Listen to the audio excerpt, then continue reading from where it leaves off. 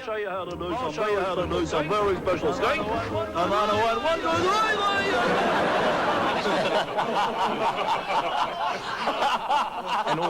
3, And all sorts of people find it funny. You like the stunts? Yeah, I was going to talk about the stunts. Some people don't really believe you've done the stunts. Oh, I have. I'll tell you what. I've only done hanging from things. She's pulled her groin several times doing all that sort of stuff. I want to tell you that much. She's gone through healthy, and I think you should be a little bit more respectful of it. While Uncle Arthur's popularity is in itself quite remarkable, what's even more remarkable is the amount of comedy being made in Melbourne at exactly the same time.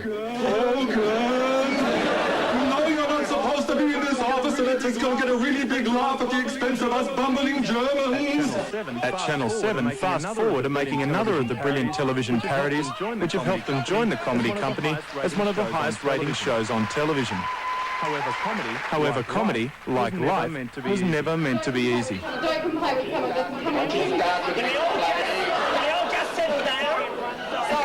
Sorry, it's just one big happy family. Shut up! Pick it up from. You're a passenger in this show, Viper. I'm carrying you. Don't you with me. Harry, you got to be kidding.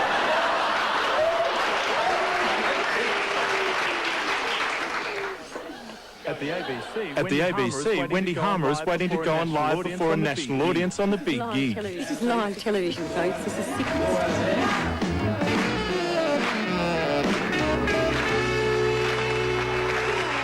Here I am in the audience, and I can sort of vaguely feel folk around me getting slightly nervous. I love doing my audience speak. Do you like my audience speak? It's fantastic.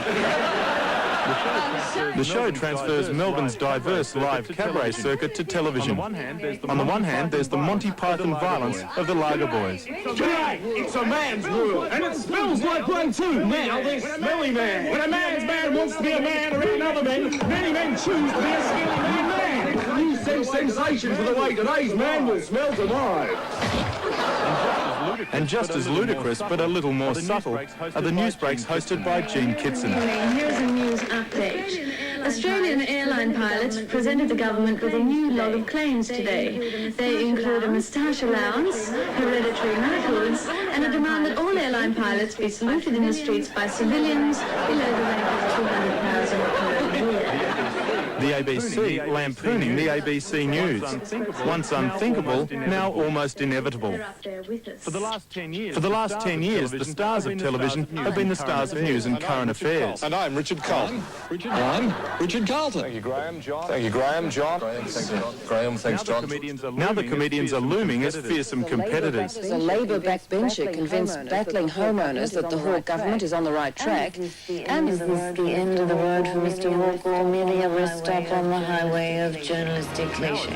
Now it's hard to tell the difference between the comic Why not? That's what happens to defence for premature babies. and the commentator. It doesn't end there. For comedians such as Barry Humphries, the heroes of current affairs are like free targets in a public shooting gallery. Heroes, well, Darren Hinch is a famous television personality and journalist whose face, or what we can see of it, is very well known. Perfect subject for comedy.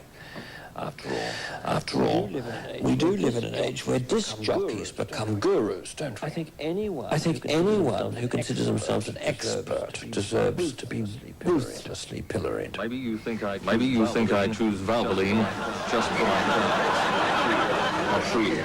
I use Valvoline so I can slip into these really tight jeans. But even the most powerful media experts, the ones seriously courted by prime ministers and treasurers, admit that times are tough.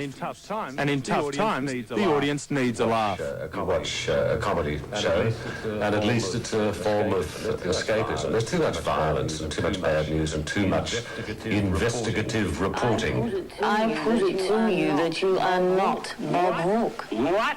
You're not Bob Hawke. Oh, look, don't be ridiculous, girlie. Of course I'm Bob Hawke. You're not. You're just a rubber puppet. Ah, don't be stupid. You're someone else with their hand up the bum of the Prime Minister. A tissue of lies, a farrago fabrication. Of course, politicians rate high on the comedian's hit list. I've seen you on the television. The silver haze, the cricket, you're Richie On the other hand, the high ratings of the comedy shows, with audiences in the millions, means that politicians are only too happy to be victims. After all, it's an ancient axiom that where audiences go, politicians follow. It's not right, is it? Women have been denied access to my sexual favours. Vote Liberal. Essentially, the politicians covered what the network covered a couple years ago. A small group of men and women in Melbourne have helped this country rediscover its sense of humour.